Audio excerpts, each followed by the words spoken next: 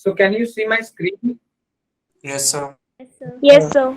Yes, we'll start. Good evening सबको, good evening सबको। फिर एक बार बोल रहा हूँ कि 5 मिनट भाई सब लोग पहले ज्वाइन करो, 5 मिनट पहले ज्वाइन करो, ठीक है? सबको बोल रहा हूँ 5 मिनट पहले ज्वाइन करो।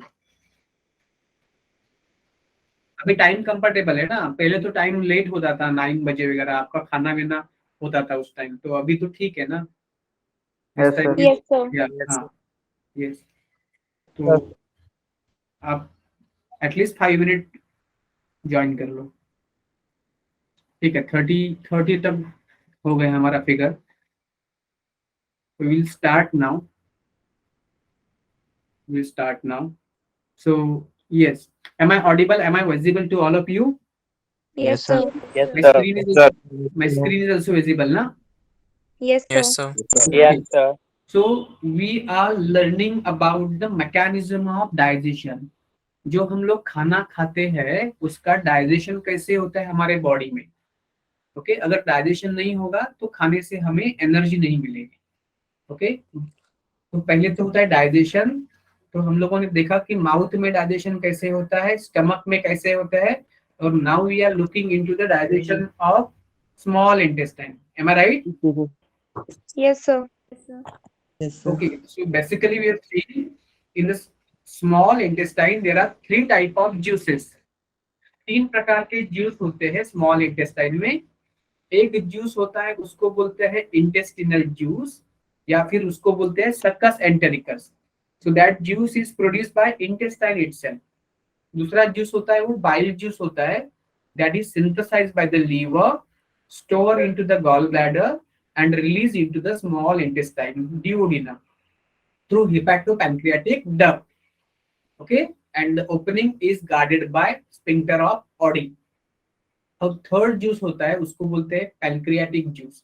सो पैनक्रियाटिक ग्लैंड्स के जो असिनाए हैं सेल्स, असिनाए सेल्स एक्सोक्राइन सेल्स है, वो बनाते हैं pancreatic juice, and that pancreatic juice along with the bile juice is released into the small intestine duodenum through hepatopancreatic duct, and the movement of bile juice and pancreatic juice into the small intestine, that is into the duodenum, is controlled by sphincter of Oddi, sphincter of Oddi.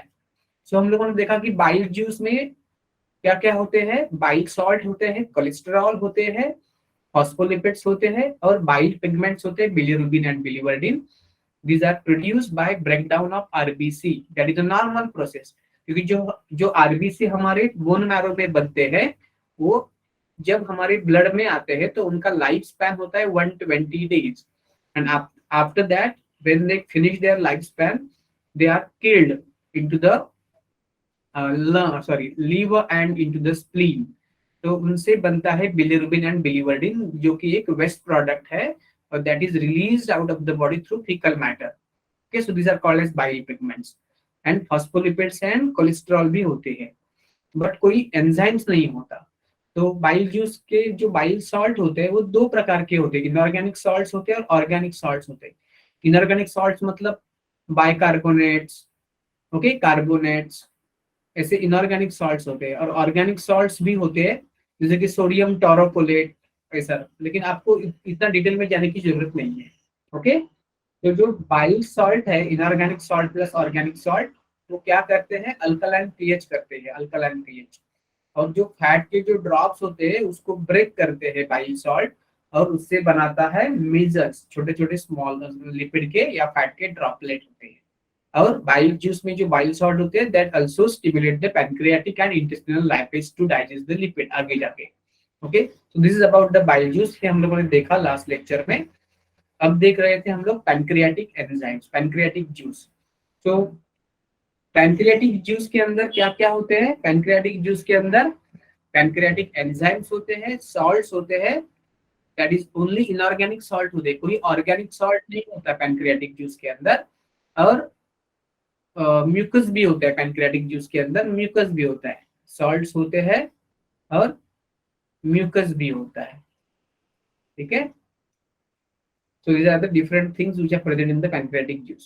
तो pancreatic juice के अंदर जो enzymes है these are called as pancreatic enzymes, और उसमें 4 main types के enzymes है। 4 main types. They are called as pancreatic amylase या amylopsin, pancreatic lipase, nucleases and proteases. Okay, amylase, pancreatic lipase, nucleases और proteases. Okay, और proteoses जो है ना उसमें 3 प्रकार के हैं, ट्रिप्सिनोजन, काइमोट्रिप्सिनोजन एंड प्रोकार्बोक्सीपेप्टिडेज. लेकिन फिलहाल ये अभी इनएक्टिव है, उसको एक्टिव बनना पड़ेगा तो ही वो प्रोटीन को तोड़ पाएंगे. इतना सबको क्लियर है ना? Yes, sir. Yes, sir. ये तो मैं रिवाइज कर रहा हूँ क्योंकि that is not a new thing that I am first time not telling.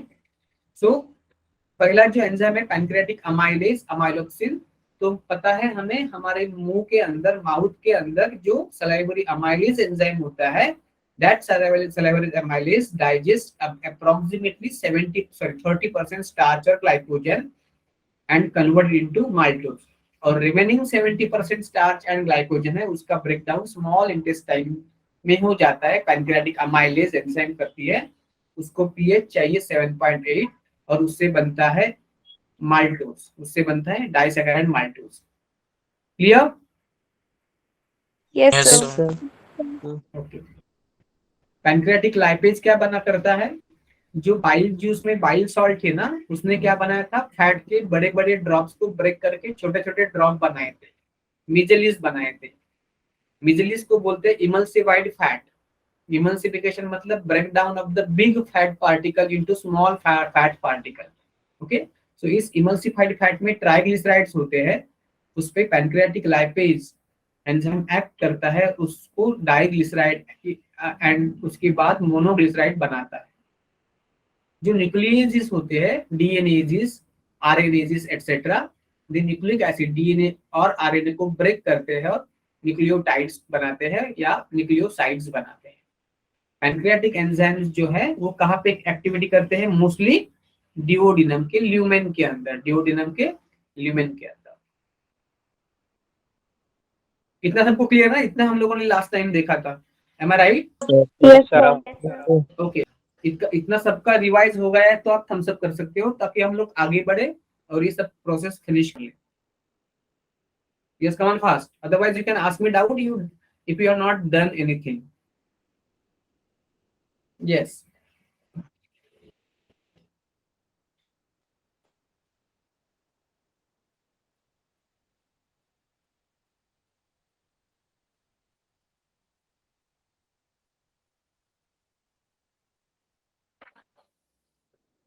Yes, come on fast, fast, time waste मत करो इसमें. Yes, come on. अगर कोई किसी को डाउट है तो दे कैन आस्क मी.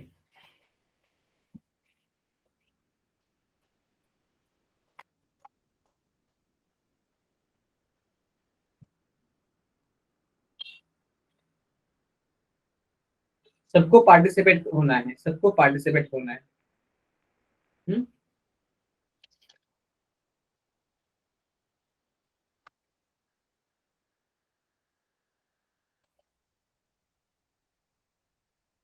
सबको पार्टिसिपेट होना है. ठीक है, हम आगे बढ़ेंगे. Yes, sir. Yes, sir. Okay, अभी प्रोटियोजिस एंजाइम्स है पैनक्रियाटिक जूस में, प्रोटीन डाइजेस्टिंग एंजाइम है, उसको बोलते हैं प्रोटीएजेस. प्रोटीएजेस प्रोटीन डाइजेस्ट करने को बोलते हैं प्रोटीएजेस. तो उसमें 3 प्रकार के एंजाइम होते हैं. पहले तो trypsinogen, chymotrypsinogen and procarboxypeptidase. Trypsinogen, chymotrypsinogen and procarboxypeptidases. तो ये एंजाइम जो होते हैं पैनक्रियाटिक जूस के अंदर, मतलब पैनक्रियाटिक जूस से वो जाते हैं स्मॉल इंटेस्टाइन के अंदर. तो ये तीनों एंजाइम्स इनएक्टिव एंजाइम है. जहां पे भी जेन आया ना, जैसे कि स्टमक में पेप्सिनोजेन है, इनएक्टिव है, यहाँ पे ट्रिप्सिनोजेन है, काइमोट्रिप्सिनोजेन है, प्रोकार्बोक्सीपेप्टिडेजेस है, प्रो है. तो इसका मतलब अगर जेन है, प्रो है, तो उसका मतलब है they are inactive enzymes. Okay, और इनएक्टिव एंजाइम्स को एक्टिव एंजाइम में कन्वर्ट होना होगा, नहीं तो प्रोटीन का डाइजेशन इंटेस्टाइन में नहीं हो सकता. तो ट्रिप्सिनोजन होता है ना, उसका कन्वर्जन होता है ट्रिप्सिन में। तो ट्रिप्सिनोजन इनएक्टिव एंजाइम है, ट्रिप्सिन एक्टिव एंजाइम है, एक्टिव प्रोटीन डाइजेस्टिंग एंजाइम है। काइमोट्रिप्सिनोजन जो है इनएक्टिव एंजाइम है, काइमोट्रिप्सिन एक्टिव एंजाइम है। प्रो कार्बोक्सीपेप्टिडेज इनएक्टिव एंजाइम है, कार्बोक्सीपेप्टिडेज एक्टिव एंजाइम है।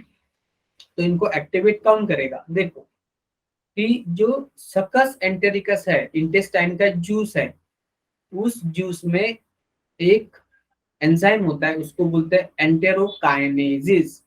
Enterokinase it is present in the succus entericus. वो एंटेरोकाइनेज कोई प्रोटीन डाइजेस्ट नहीं करता, मतलब डाइटरी प्रोटीन जो होता है, डाइट में जो प्रोटीन होता है उसको डाइजेस्ट नहीं करता, ठीक है ना। देखो इंटेरोकाइनेज कोई डाइटरी प्रोटीन डाइजेस्ट नहीं करता, कोई खाना खाने में जो प्रोटीन होता है हमारे, उसको डाइजेस्ट इंटेरोकाइनेज नहीं कर सकता। तो वो क्या करता है, जो ट्रिप्सिनोजन है, ये ट्रिप्सिनोजन किसका है? It is from the pancreatic juice. Enterokinase किसका है? It is from the succus entericus, intestinal juice. तो पैनक्रियाटिक जूस में ट्रिप्सिनोजन है, उसका कन्वर्जन ट्रिप्सिन में कौन करेगा?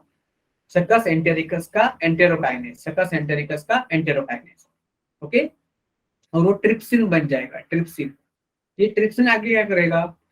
काइमोट्रिप्सिनोजन को करेगा काइमोट्रिप्सिन में convert, chymotrypsinogen will be converted into chymotrypsin, और pro carboxypeptidase will be converted into carboxypeptidase. तो ये रोल है ट्रिप्सिन का। ओके, तो ट्रिप्सिन बनने के बाद वो काइमोट्रिप्सिनोजन जो कि पैनक्रियाटिक जूस का इनएक्टिव एंजाइम है, उसको एक्टिव बनाता है काइमोट्रिप्सिन में, और प्रो कार्बोक्सीपेप्टिडेज जो कि पैनक्रियाटिक जूस का इनएक्टिव एंजाइम है, उसको करता है एक्टिवेट और बनाता है carboxypeptidase. So this is the way how this trypsin, chymotrypsin and carboxypeptidase enzymes are produced from their proenzyme, inactive enzyme. सबको क्लियर इतना? Yes, Yes, sir. sir. Okay okay. ये मैंने 4.1, 4.2 और 4.3 क्यों दिए हैं? क्योंकि मैंने जब पैनक्रियाटिक एंजाइम का लिस्ट दिया था आपको ना, तो 1 2 3 4 ऐसा दिया था, और जो 4 है ना प्रोटियोजिस, एक्चुअली उसमें 3 एंजाइम होते हैं, तो इसलिए मैंने उसका नाम दिया 4.1, 4.2 एंड 4.3। ठीक है? मैंने Yes, नाम दिया। sir. Yes. Yes, Yes, sir. हाँ, मतलब ये सेम कैटेगरी के हैं। ठीक है, अभी ये जो 3 एंजाइम है, trypsin, chymotrypsin and procarboxypeptidase, trypsin, chymotrypsin and procarboxypeptidase, ये तीनों एंजाइम जो है ना, वो क्या कर सकते हैं? देखो स्टमक में क्या हुआ था, स्टमक के अंदर जो प्रोटीन्स थे, प्रोटीन जो आए थे डाइट से, खाना खाने से, उस प्रोटीन का पार्शियल ब्रेकडाउन किसने किया था? पेप्सिन ने किया था, पेप्सिन एंजाइम, स्टमक के एंजाइम ने किया था पेप्सिन, और उसका क्या बनाया था? Proteoses and peptides, proteoses and peptone लिखते हैं इधर, मतलब तो सेम ही है लेकिन फिर भी लिखते हैं।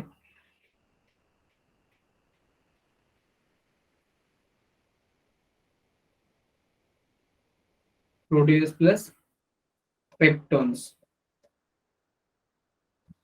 पेप्टोन्स, उनको उनको ही बोलते हैं पेप्टाइड।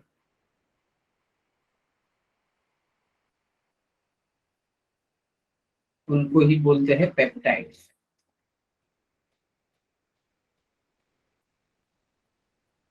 उनको ही बोलते हैं पेप्टाइड्स। और पेप्टाइड्स का मतलब होता है they are partially digested proteins, partially digested proteins, मतलब स्टमक में तो प्रोटीन का डाइजेशन शुरू होता है लेकिन कंप्लीट नहीं होता। प्रोटीन जो होते हैं बड़े बड़े, उनको थोड़ा थोड़ा तोड़ के पेप्सिन क्या बनाता है? प्रोटीओजेस एंड पेप्टोन बनाता है, पूरा ब्रेकडाउन नहीं करता, पार्शियल ब्रेकडाउन करता है। सो पेप्टाइड जो है ना, वो है partially digested proteins, digested proteins है। इतना क्लियर है ना सबको?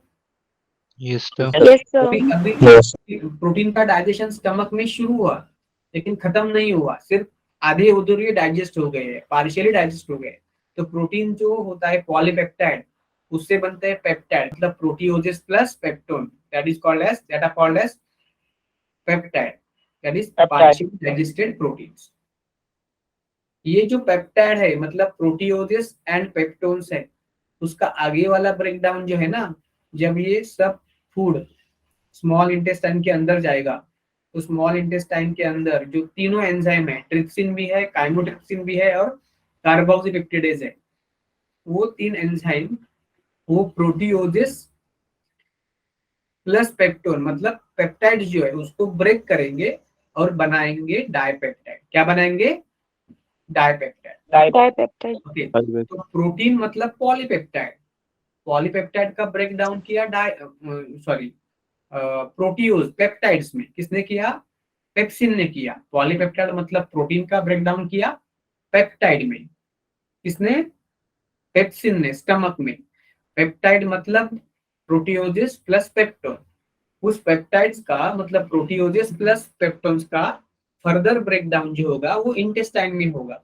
और ये कौन कर सकता है? ट्रिप्सिन भी कर सकता है, काइमोट्रिप्सिन भी कर सकता है, और ये कर सकता है कार्बोक्सीपेप्टिडेज भी कर सकता है। तीनों एंजाइम कर सकते हैं। इसका मतलब ये नहीं है कि ये सब तीनों एंजाइम मिला के काम करते हैं, ऐसा नहीं उसका मीनिंग। ये डाइजेशन जो है ना, proteoses plus peptone into dipeptide, वो ट्रिप्सिन भी कर सकता है, काइमोट्रिप्सिन भी कर सकता है एंड कार्बोक्सीपेप्टिडेज एंजाइम भी कर सकता है। तीनों में से कोई भी एक एंजाइम कर सकता है। You understanding?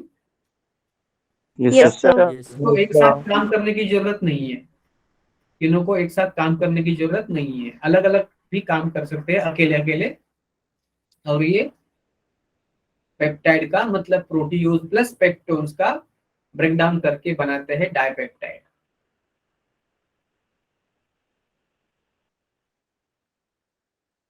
ठीक है, डाइपेप्टाइड।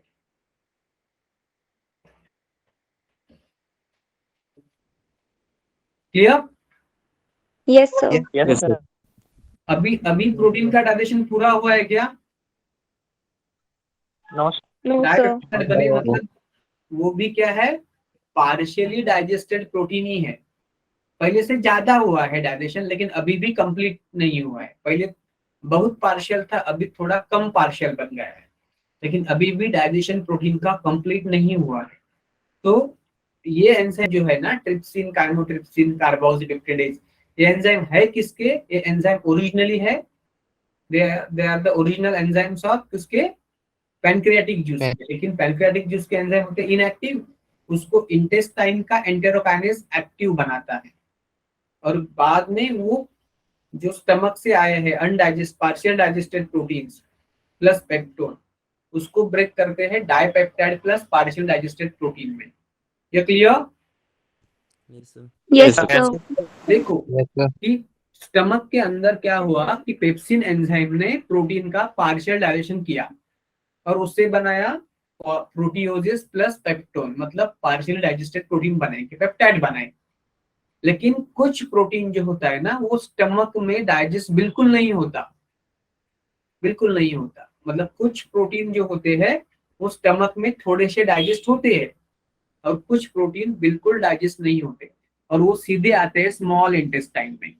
तो स्मॉल इंटेस्टाइन में पार्शियली डाइजेस्टेड प्रोटीन्स भी रहते हैं और टोटली अनडाइजेस्टेड प्रोटीन्स भी रहते हैं। तो इधर हम लोग ऐसा क्लियरली मतलब ज्यादा अच्छा ऐसे लिख सकते हैं कि मानो प्रोटीन्स थे जो बिल्कुल डाइजेस्ट हुए ही नहीं थे स्टमक में, हाँ प्रोटीन्स थे जो बिल्कुल डाइजेस्ट हुए ही नहीं स्टमक में, वो वाले प्रोटीन्स प्लस जो पेप्टाइड्स थे मतलब पेप्टोन्स थे और प्रोटीओजेस थे, पेप्टोन्स थे और प्रोटीओजेस थे, जो प्रोटीन बिल्कुल डाइजेस्ट नहीं हुए स्टमक में, वो प्रोटीन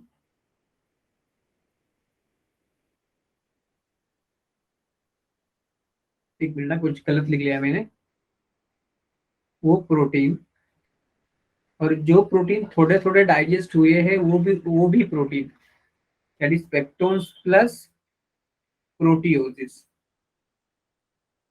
प्रोटीओजेस। ओजेस, ये सब अभी स्मॉल इंटेस्टाइन के अंदर आए हैं और उसका फर्दर ब्रेक डाउन करेंगे ट्रिप्सिन या काइमोट्रिप्सिन या कार्बोक्सीपेप्टाइडेस, इधर लिखता हूं मैं। और ठीक है, तीनों की एक साथ जरूरत नहीं है, ये भी कर सकता है, ये भी। और उससे बनता है डाइपेप्टाइड, लेकिन डाइपेप्टाइड अभी भी है पार्शियली डाइजेस्टेड प्रोटीन, अभी भी कंप्लीट डाइजेशन नहीं हुआ है। सो this is also a partial digestion. You understood? Yes, Yes. sir. Yes, sir. Yes, sir. Okay, तो अभी जानेंगे हम लोग इंटेस्टिनल जूस के बारे में। पैनक्रियाटिक जूस में क्या क्या था? पैनक्रियाटिक जूस में अमाइलेज था, लाइपेज था, न्यूक्लियस था, ट्रिप्सिनोजन था, काइमोट्रिप्सिनोजन था, प्रोकार्बोक्सीपेप्टाइडेस था। लेकिन ये तीनों एंजाइम इनएक्टिव थे, तो उनको एक्टिव किया, ट्रिप्सिनोजन को एक्टिव किया एंटेरोकाइनेज में, काइमोट्रिप्सिनोजन और प्रोकार्बोक्सीपेप्टाइडेस को एक्टिवेट किया ट्रिप्सिन ने। और ये तीनों एंजाइम क्या करती है? प्रोटीन जो होता है, जो बिल्कुल डाइजेस्ट नहीं हुआ है स्टमक में, या फिर जो पेप्टाइड है, मतलब प्रोटीन्स, प्रोटियोजेस एंड पेप्टोन्स है, जो कि पार्शियल डाइजेशन प्रोटीन है स्टमक के अंदर, उसको फर्दर ब्रेक करता है, कंप्लीट तो नहीं करता लेकिन फर्दर ब्रेक डाउन करता है। ओके, और बनते हैं डाइपेप्टाइड। सबको क्लियर है? Yes, sir. Yes, Yes, sir. sir. अगर पैनक्रियाटिक Yes, जूस sir. आपको क्लियर है तो Yes, sir. you can thumbs up, otherwise you can ask me. If the pancreatic juice wala part is clear, then you can thumbs up, otherwise you can ask me.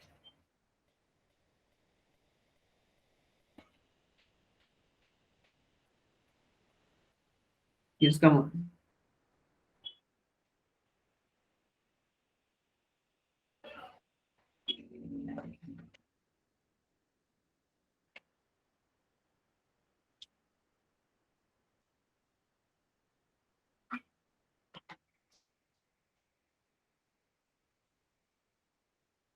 Okay, जिनको कुछ पूछना नहीं है वो Thums up कर सकते हैं।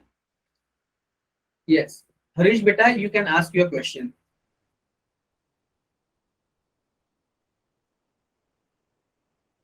Hello Harish, अभी आपने हैंड रेज किया था ना, तो if you want to ask any question then ask. नहीं है कोई क्वेश्चन? No sir. ठीक है बेटा, इतना टाइम मत ले लो यार, इतना इतना बर्डन मत लो। गलती से हो गया तो ऐसे बोल दो, गलती से हो गया, कोई बात नहीं। और किसको कुछ डाउट है? न्यूट्रल नहीं बैठना है, न्यूट्रल किसी को नहीं बैठना है लाइफ में, न्यूट्रल मत होना। या फिर अच्छे हो जाओ या फिर बुरे हो जाओ, न्यूट्रल मत रहो।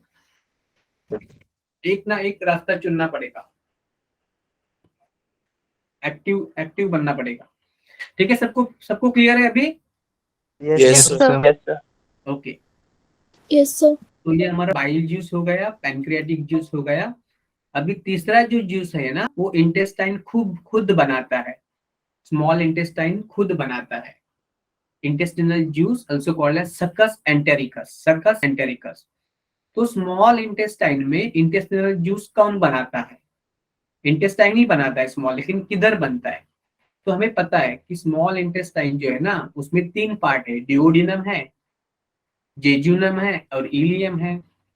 डिओडिनम है वो सी शेप्ड है, लगभग उसका लेंथ है 25 सेंटीमीटर। उसके बाद जो है लॉन्ग कॉइल जेजुनम, उसका लगभग लेंथ है 2.5 मीटर। और लास्ट वाला पार्ट है इलियम, हाईली कॉइल, उसका लगभग लेंथ है 3.5 मीटर। अंडरस्टूड? तो स्मॉल इंटेस्टाइन, नाम स्मॉल इंटेस्टाइन, लेकिन ये इसका लेंथ ज्यादा है, सबसे ज्यादा है स्मॉल इंटेस्टाइन में। 3 पार्ट है लंबे लंबे वाले। ओके, और ये तीनों पार्ट के अंदर जो म्यूकोजा है ना, पहले तो आपको पता है कि म्यूकोजा होगा, ल्यूमेन होगा, कैविटी होगी, और lumen is line by mucosa. Mucosa के बाद में आया सब म्यूकोजा, उसके बाद है मस्कुलरिस, उसके बाद है सीरोसा, ये सबको पता है। तो जो अभी स्मॉल इंटेस्टाइन की अगर हम बात करें, तो उसका जो म्यूकोजा होता है ना, उसके म्यूकोजा में गॉबलेट सेल्स होते हैं। देखो बच्चों, ये गॉबलेट सेल्स सब जगह होते हैं एलिमेंट्री कैनल में।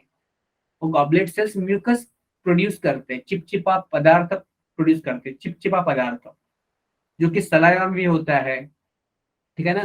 तो goblet cells through out alimentary canal लगभग होते हैं, ओके। और ये म्यूकस बनाते हैं और वेट रखते हैं, एलिमेंट्री कैनाल को वेट रखते हैं। स्लीपरी एक्शन होता है ना, क्योंकि फूड आगे आगे जाना है तो स्लीपरी एक्शन होना चाहिए, ओके, लुब्रिकेशन होना चाहिए। तो स्मॉल इंटेस्टाइन के म्यूकोजा में भी गॉबलेट सेल्स होते हैं और वो म्यूकस बनाते हैं। और स्मॉल इंटेस्टाइन का जो म्यूकोजा है उसमें विलाय एंड माइक्रोविलाय है। तो उनके जो विलाय है, पर्टिकुलरली माइक्रोविलाय है ना, विलाय एंड माइक्रोविलाय। विलाय कहाँ पे गया, सब म्यूकोसा के पर्टिकुलरली जो माइक्रोविलाय मतलब ब्रश बॉर्डर सेल्स है, माइक्रोविलाय है, वो माइक्रोविलाय कुछ एंजाइम्स बनाते हैं, उसको बोलते हैं intestinal enzymes. These are called as intestinal enzymes. Intestinal enzymes बनाते हैं, ठीक है। और सब म्यूकोजा होता है ना स्मॉल इंटेस्टाइन का, पर्टिकुलरली डिओडिनम का, जो डिओडिनम का fourth part of small intestine का जो सब म्यूकोजा है ना, वो उसमें ग्लैंड्स होते हैं, उस ग्लैंड्स को बोलते हैं ब्रूनर्स ग्लैंड, और वो भी अल्कलाइन फ्लूइड बनाती है, अल्कलाइन फ्लूइड बनाती है। तो इस सबको मिला के जो होता है उस कॉकटेल को बोलते हैं इंटेस्टिनल जूस। तो इंटेस्टिनल जूस में क्या क्या है, डिओडिनम के सब म्यूकोजा का, ब्रूनर्स ग्लैंड का अल्कलाइन फ्लूइड, अल्कलाइन फ्लूइड जो कि सब म्यूकोजा बनाता है डिओडिनम का। और माइक्रोविलाई जो होते हैं ना, उसका जो सिक्रीशंस होता है उसको इंटेस्टिनल एंजाइम्स बोलते हैं। और जो गॉबलेट सेल्स होते हैं उससे बनता है म्यूकस। तो उसमें क्या क्या आया, ये म्यूकस आ गया, प्लस आ गया इंटेस्टिनल एंजाइम्स, प्लस आ गया ब्रूनस ग्लैंड का अल्कलाइन फ्लूइड। ये तीनों मिला के जो बना उसको बोलते हैं इंटेस्टिनल जूस। तीनों मिला के क्या बोलते हैं, मतलब क्या है इधर, म्यूकस प्लस एंजाइम्स इंटेस्टाइन की, plus alkaline fluid, alkaline fluid जो कि ब्रूनर्स ग्लैंड का है डिओडिनम के। ये सब को मिला के उस कॉकटेल को बोलते हैं intestinal juice. Clear? Yes, sir. Yes, sir. Yes, sir. Yes, sir. Okay. और अल्कलाइन फ्लूइड मतलब एक्चुअली क्या होता है, उसमें आयंस होते हैं, कार्ब मतलब इसमें आयंस होते हैं, कार्बोनेट, बाइकार्बोनेट एक्सेट्रा। ओके, क्या होता है उसमें, इनऑर्गेनिक सॉल्ट्स होते हैं, इनऑर्गेनिक सॉल्ट होते हैं, जैसे कि कार्बोनेट, बाइकार्बोनेट एक्सेट्रा। और ये इनऑर्गेनिक सॉल्ट पीएच बनाते हैं अल्कलाइन। क्लियर सबको? Yes, sir. Yes, sir. Yes. जो जो एंजाइम्स है ना, ये माइक्रोविलाई वाले जो एंजाइम्स होते हैं ना, वो एंजाइम्स एक्चुअली क्या होते हैं, कौन से एंजाइम्स होते हैं?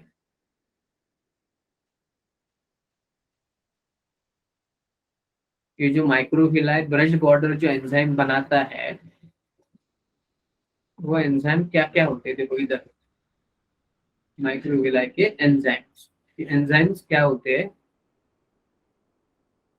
ये एंजाइम्स ये होते हैं, देखो कौन से है, पहला डाइसैकेराइडेजेस। डाइसैकेराइडेजेस जो डाइसैकेराइड को ब्रेक करके मोनोसैकेराइड बनाता है।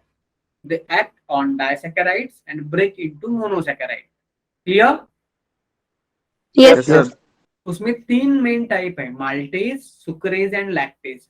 माल्टेज ब्रेक करता है माल्टोज को, सुक्रेज ब्रेक करता है सुक्रोज को, लैक्टेज ब्रेक करता है लैक्टोज को। ठीक है, देखेंगे आगे, आगे देखेंगे। yes, sir. तो डाइसैकेराइडेज Yes, इज मतलब the enzymes which break disaccharides into monosaccharides. Dipeptidases मतलब डाइपेप्टाइड्स को ब्रेक करके बनाते हैं अमाइनो एसिड, डाइपेप्टाइड को ब्रेक करके बनाते हैं अमाइनो एसिड।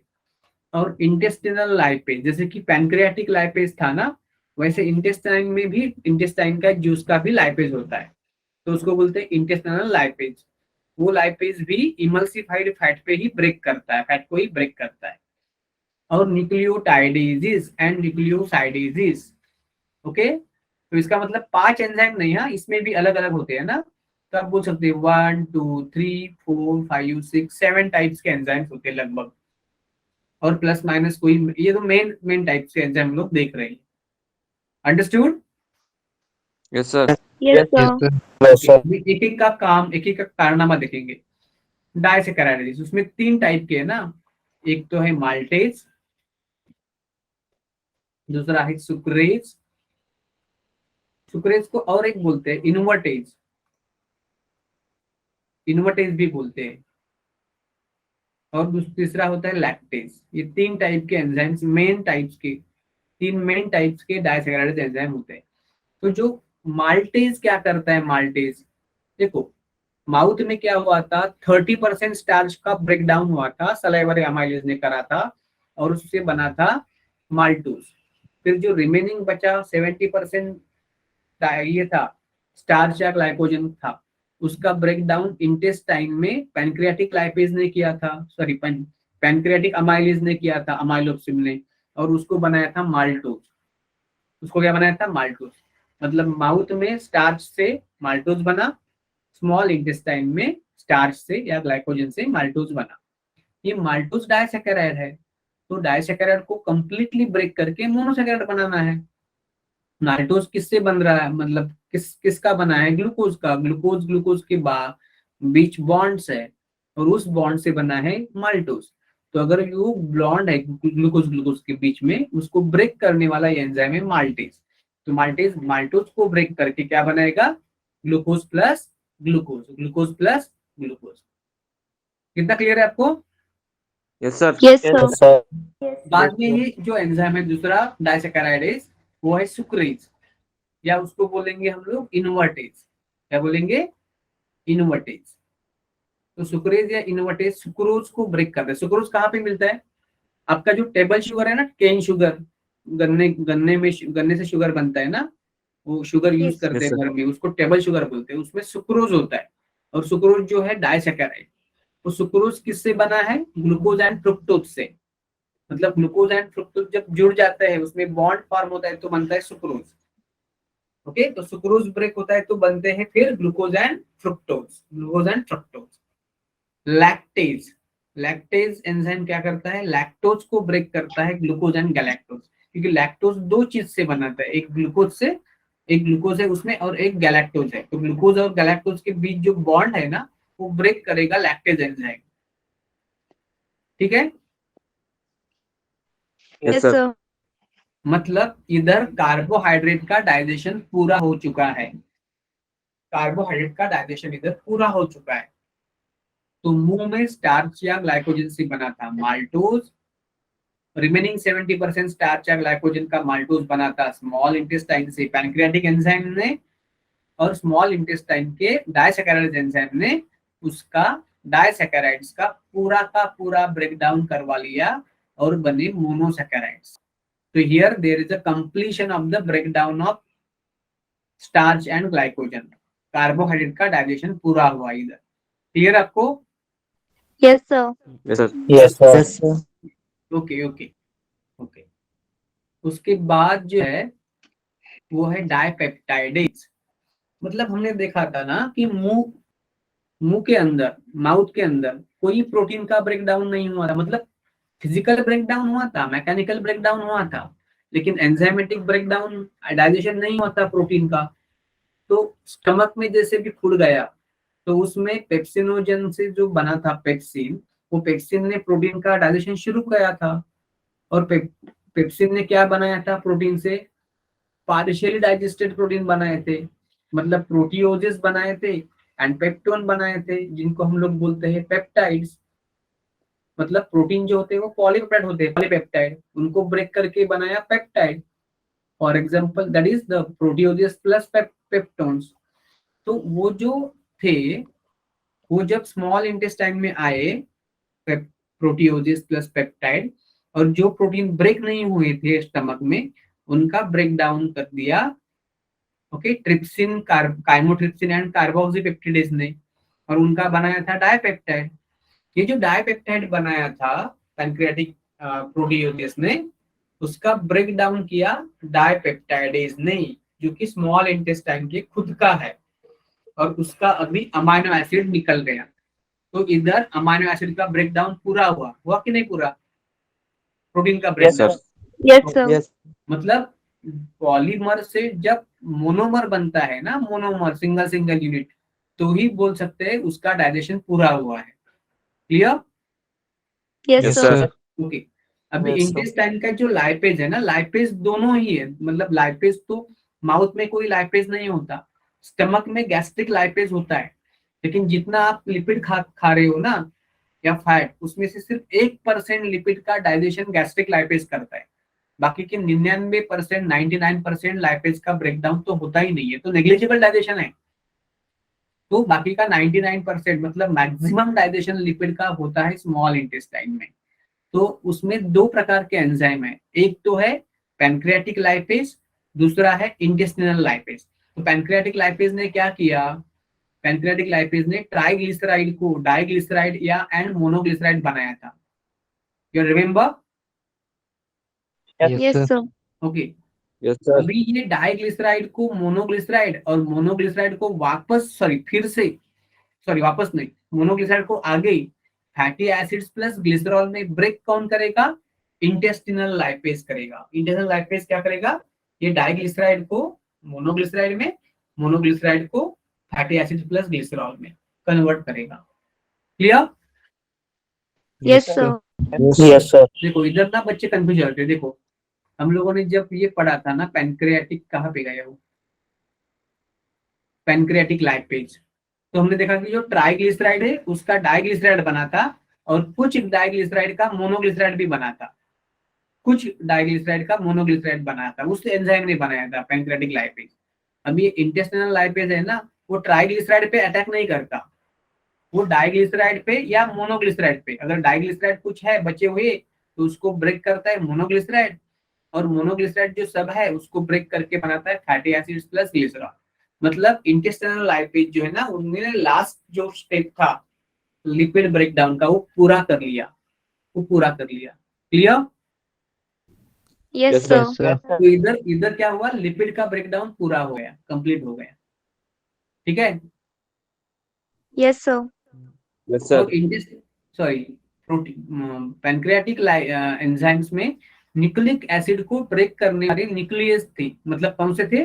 डीएनएज और आरएनएज, डीएनएज थे एंड आरएनएज भी थे, डीएनएज एंड आरएनएज थे। ठीक है? तो उन्होंने क्या किया, न्यूक्लिक एसिड को ब्रेक करके न्यूक्लियोटाइड बनाए थे, और न्यूक्लियोटाइड को ब्रेक करके न्यूक्लियोसाइड भी बनाए थे, राइट? मतलब न्यूक्लियोटाइड और Yes, sir. Nucleoside plus phosphate लिखना चाहिए ना, क्योंकि nucleoside plus phosphate is equal to nucleotide, nucleoside plus phosphate is equal to nucleotide. तो न्यूक्लिक एसिड को तो पूरा का पूरा ब्रेक करके न्यूक्लियोटाइड, और कुछ न्यूक्लियोटाइड को ब्रेक करके न्यूक्लियोसाइड, लेकिन कुछ न्यूक्लियोटाइड बचे भी थे, सब न्यूक्लियोटाइड का न्यूक्लियोसाइड में कन्वर्ट नहीं हुआ था। ओके? इधर Yes, भी sir. वही है। तो सब न्यूक्लियोटाइड्स का न्यूक्लियोसाइड में कन्वर्ट एंड फॉस्फेट में ब्रेकडाउन नहीं हुआ था। तो लेकिन सब न्यूक्लिक एसिड का तो ब्रेकडाउन हुआ था, ऑलमोस्ट सब न्यूक्लिक एसिड का ब्रेकडाउन तो हुआ था पैनक्रियाटिक न्यूक्लियस में। अभी इंटेस्टिनल न्यूक्लियस जो है ना, मतलब न्यूक्लियस नहीं, सच में वो क्या है, न्यूक्लियोटाइडेज है। मतलब जो न्यूक्लियोटाइड का ब्रेकडाउन पैनक्रियाटिक एंजाइम ने नहीं किया है, उसका ब्रेकडाउन करेंगे और न्यूक्लियोसाइड बनाएंगे। लेकिन न्यूक्लियोसाइड का ब्रेकडाउन जो होता है ना, न्यूक्लियोसाइड का ब्रेकडाउन वो कौन करता है? न्यूक्लियोसाइडेजेस। और ये पैनक्रियाटिक जूस में नहीं होते, ये सिर्फ इसमें ही होते, ये भी इसमें ही होते हैं, इंटेस्टिनल जूस में। तो न्यूक्लियोसाइड्स को ब्रेक करके बनता है शुगर एंड नाइट्रोजन बेसिस, मतलब इधर न्यूक्लिक एसिड का ब्रेकडाउन खत्म हुआ, इधर हमारा न्यूक्लिक एसिड का ब्रेकडाउन खत्म हुआ। क्लियर आपको सबको? Yes, sir.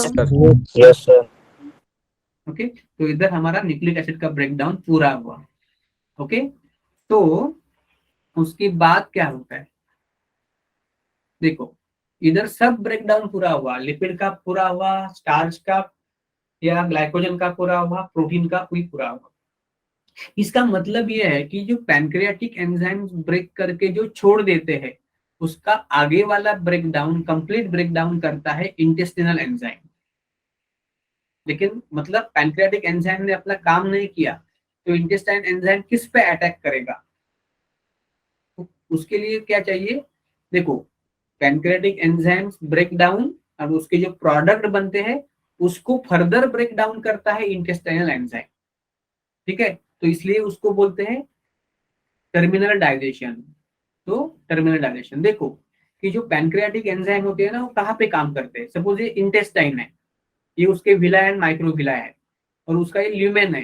ल्यूमेन मतलब बीच का कैविटी है, मतलब इधर आपने ऐसा टीएस लिया तो आपको से मिलेगा ना, और ये ल्यूमेन है और ये विलाय माइक्रोविला है, ये विलाय माइक्रोविला। ठीक है, तो ये ल्यूमेन के अंदर पैनक्रियाटिक एंजाइम्स का काम होगा। ल्यूमेन के अंदर पैनक्रियाटिक एंजाइम्स का काम होगा, और पैनक्रियाटिक एंजाइम ब्रेक करके जो बनाएंगे सब्सटेंस, उसको आगे ब्रेक करेगा ये इंटेस्टाइन का एंजाइम। तो इंटेस्टाइन के एंजाइम होते हैं ना, वो इधर काम करते हैं, इधर नियर म्यूकोजा, नियर म्यूकोजा। इसको आइडिया है कि इंटेस्टाइन के एंजाइम इधर क्यों काम करते हैं? सकस इंटरेस्ट के एंजाइम जो है ना, डायपेप्टिडेज, डाइसैकेराइडेजेस, इंटेस्टिनल लाइपेजेस और न्यूक्लियोसाइडेजेस, न्यूक्लियोटाइडेजेस, वो एंजाइम्स ये म्यूकोजा के आजू बाजू में काम करते हैं, साइड में काम करते हैं। लेकिन पैनक्रियाटिक एंजाइम इधर काम करते हैं, ल्यूमेन में। ठीक है, क्यों ऐसा होता है? Anybody no? यस, ठीक है, क्योंकि इंटेस्टिनल एंजाइम क्या करेगा? फाइनल ब्रेकडाउन करेगा। मतलब कार्ब जो स्टार्च होता है उससे ग्लूकोज बनता है, डाइसैकेराइड से भी ग्लूकोज या बाकी के मोनोसैकेराइड्स बनते हैं, प्रोटीन से फाइनली बनता है अमाइनो एसिड, फैट से फाइनली बनता है फैटी एसिड एंड ग्लिसरॉल। मतलब एंड प्रोडक्ट्स है, डाइजेशन का लास्ट प्रोडक्ट है amino acid, fatty acids plus glycerol and monosaccharide like glucose. Clear सबको? Yes, sir. Yes, sir. Yes, Sir. बाद में उस ग्लूकोज को, उस अमाइनो एसिड को, उस फैटी एसिड्स को, उस ग्लिसरॉल को एब्जॉर्ब भी करना है ना, बॉडी के अंदर एब्जॉर्ब करना है ना। तो एब्जॉर्प्शन Yes, कौन sir. करता है? विला एंड माइक्रोविला करते हैं ना, कौन Yes, करता है sir. Yes, absorption? sir. Okay, villa and Yes, sir. माइक्रोविला। so intestinal enzyme work near the villi to facilitate their absorption. Okay, Yes, sir. Yes, sir.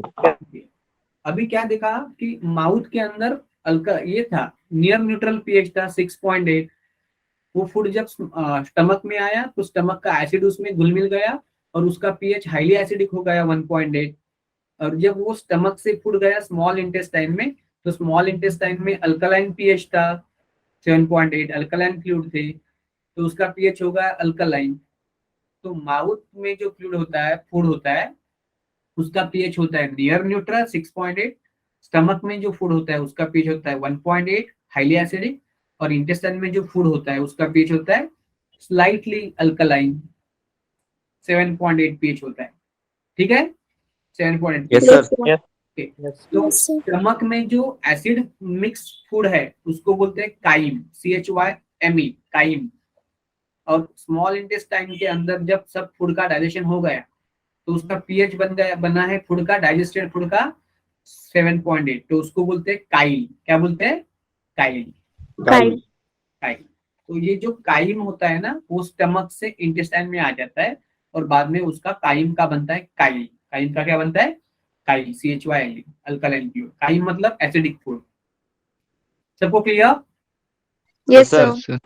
अभी Yes, sir. अभी सब फूड का टोटल ब्रेकडाउन हुआ है हमारे small intestine के अंदर। इसका मतलब मैक्सिमम ब्रेकडाउन या डाइजेशन कहाँ पे होता है? स्मॉल इंटेस्टाइन में होता है, principal organ of digestion of the food. Clear? Yes, sir. Sir. Yes, sir. Okay. और जब फूड माउथ में होता है ना, तो हम लोग चबा चबा के खाते हैं, चबा चबा के, और हमारी जो ये होती है टंग, वो इधर उधर फूड को घुमाती है।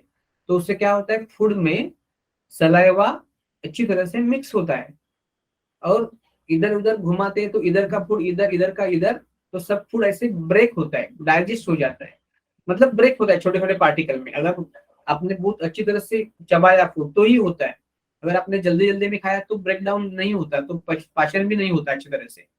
तो जब भी हम लोग को खाना है ना तो शांति से खाना है, कोई टीवी मोबाइल लेके नहीं खाना है, और बहुत बार चबा के, क्योंकि ये जो देखो कि बाकी के लोग है ना, जो जिन्होंने ये पढ़ नहीं रहे हैं नीट वगैरह, उनको ये बेनिफिट नहीं है। कम से कम आपको पता तो चलेगा, और ये आपके बॉडी से रिलेटेड है, राइट ना, आपके आपके खुद से रिलेटेड है। तो हम लोग ये पढ़ेंगे भी, और उसको यूज करके एग्जाम में भी मार्क्स अच्छे लाएंगे, और उसको अपने लाइफ में भी यूज करेंगे, लाइफ में भी यूज करेंगे। ठीक है ना? तो आपका Yes, sir. हेल्थ जो है, आपकी जो तबीयत है, आपकी जो इम्यूनिटी है वो अच्छी रहेगी। ठीक है? उसके Yes, बाद sir. Yes, जो sir. उसके बाद ये जो हम लोग स्वैलो करते हैं, स्वैलो डिग्लूटिशन, डिग्लूटिशन मतलब स्वैलोइंग, तो उसको कौन हेल्प करता है? टंग करता है, जॉज करते हैं, और फारिंग्स करता है। ठीक है ना? तो ये सब मिला के Yes, क्या sir. करते हैं? डिग्लूटिशन मतलब स्वैलोइंग। जैसे वो फूड जाता है इसोफेगस में, तो इसोफेगस उसको आगे का पार्ट डायलेट होता है, पीछे का पार्ट कॉन्ट्रैक्ट होता है, फूड आगे जाता है। जब फिर फूड आगे गया तो उसके आगे, फूड के आगे का पार्ट डायलेट, उसके पीछे का पार्ट कॉन्ट्रैक्ट, तो ऐसे पेरिस्टालसिस होता है, पेरिस्टालसिस। और ये फूड धीरे धीरे धीरे धीरे कहाँ पे आता है?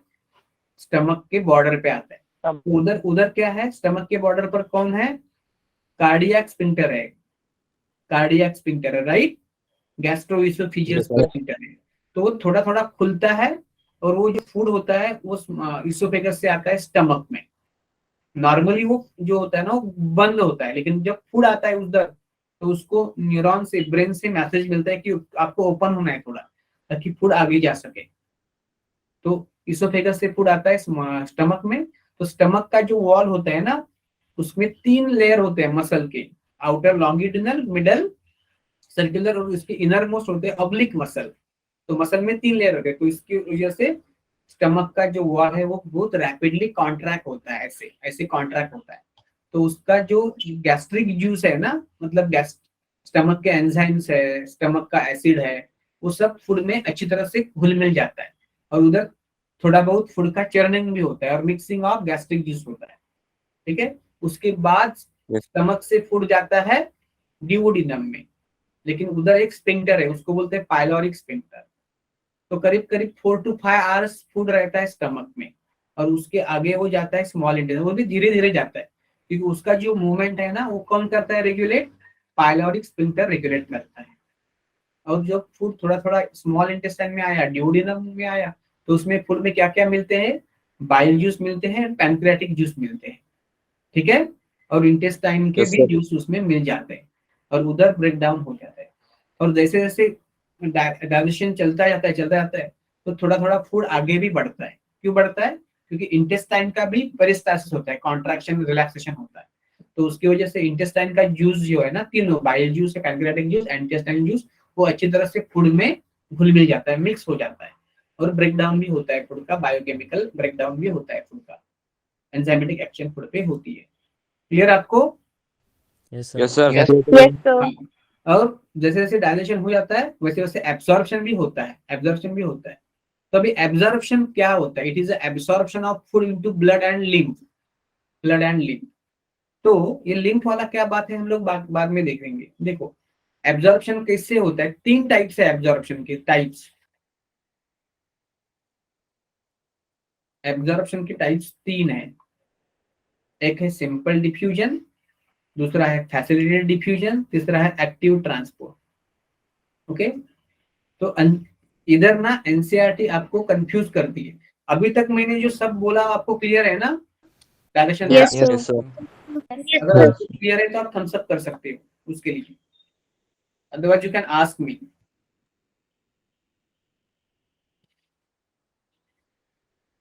देखो जैसे 10 मिनट बचते हैं ना, तो 4-5 बच्चे तो लेफ्ट ही हो ही जाते हैं। जैसे कि 5 मिनट अगर वो रुके तो बहुत उनका नुकसान हो जाएगा।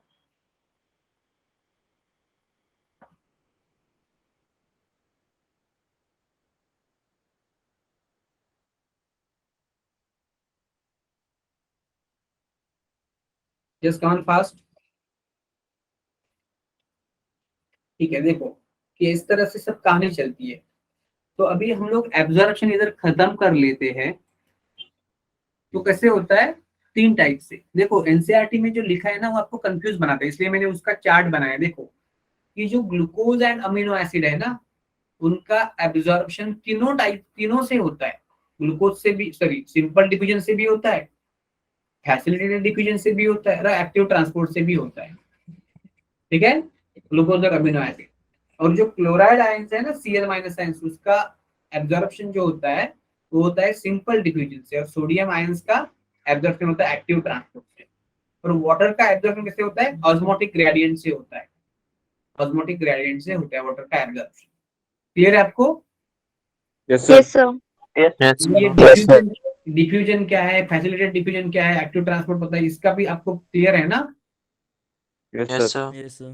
हाँ, डिफ्यूजन मतलब higher concentration to lower concentration movement without the Yes, sir. Without help of carrier protein तो simple diffusion, with the help of carrier protein तो फैसिलिटेटेड डिफ्यूजन। लेकिन दोनों के लिए कोई एनर्जी नहीं लगती, एटीपी नहीं लगता, right? Yes, sir. Yes, sir. Active transport against the concentration gradient, तो उसके लिए क्या लगता है, एटीपी लगता है ना। Yes, sir. तो Yes, मुझे sir. बता सकते हो कि सिंपल डिफ्यूजन और फैसिलिटेटेड डिफ्यूजन में एटीपी नहीं लगता, तो उसको एनर्जी चाहिए कि नहीं चाहिए डिफ्यूजन के लिए? No, sir. एक्टिव ट्रांसपोर्ट के लिए तो एनर्जी चाहिए ना, एटीपी चाहिए। Yes, sir. चाहिए तो simple diffusion and facilitated diffusion के लिए एनर्जी चाहिए कि नहीं चाहिए? No, sir. Yes. No, sir. अगर एनर्जी नहीं है उसको, तो ये मूवमेंट कैसे होगा उसका? काइनेटिक मूवमेंट के लिए उनको काइनेटिक एनर्जी चाहिए कि नहीं? चाहिए sir. Yes, sir. Yes, sir. तो इधर एटीपी तो यूज नहीं होता, तो उनको एनर्जी कहाँ से मिलेंगे?